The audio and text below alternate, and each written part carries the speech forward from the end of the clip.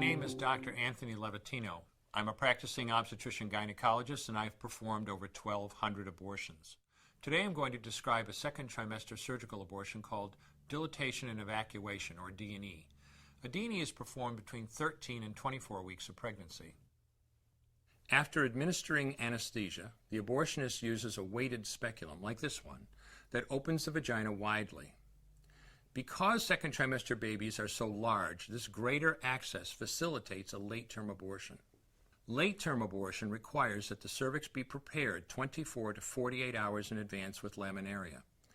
Laminaria is a type of sterilized seaweed that absorbs water over 8 to 12 hours and swells to several times its original diameter. Once removed, metal dilators can be used to further open the cervix as needed. Once the cervix has been stretched open, the suction tube is placed inside. A baby at 20 weeks gestation is as big as the length of my hand, from head to rump, not counting the legs. The suction machine is turned on, and pale yellow amniotic fluid surrounding the baby is suctioned out through the catheters. With babies this big, they don't fit through catheters this size. The baby's bones and skull are too strong to be torn apart by suction alone. This is a Sofer clamp. A Sofer clamp is made of stainless steel. It's about 13 inches long. The business end is about 2.5 inches long and 1/2 inch wide, and there are rows of sharp teeth. This is a grasping instrument. When it gets a hold of something, it does not let go. The abortionist uses this clamp to grasp an arm or leg. Once he has a firm grip, the abortionist pulls hard in order to tear the limb from the baby's body. One by one, the rest of the limbs are removed, along with the intestines, the spine, and the heart and lungs. Usually the most difficult part of the procedure is extracting the baby's head, which is about the size of a large plum at 20 weeks.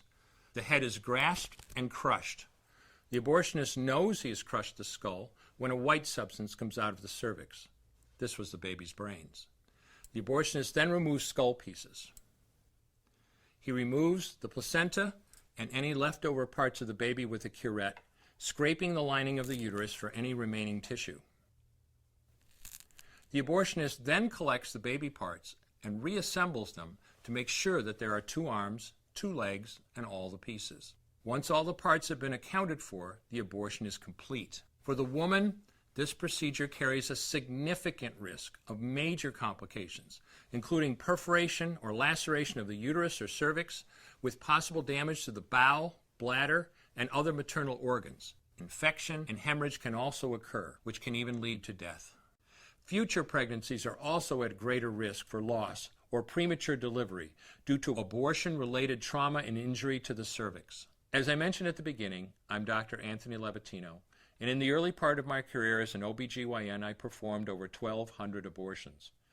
One day, after completing one of those abortions, I looked at the remains of a preborn child whose life I had ended, and all I could see was someone's son or daughter. I came to realize that killing a baby at any stage of pregnancy for any reason is wrong. I want you to know today, no matter where you're at or what you've done, you can change.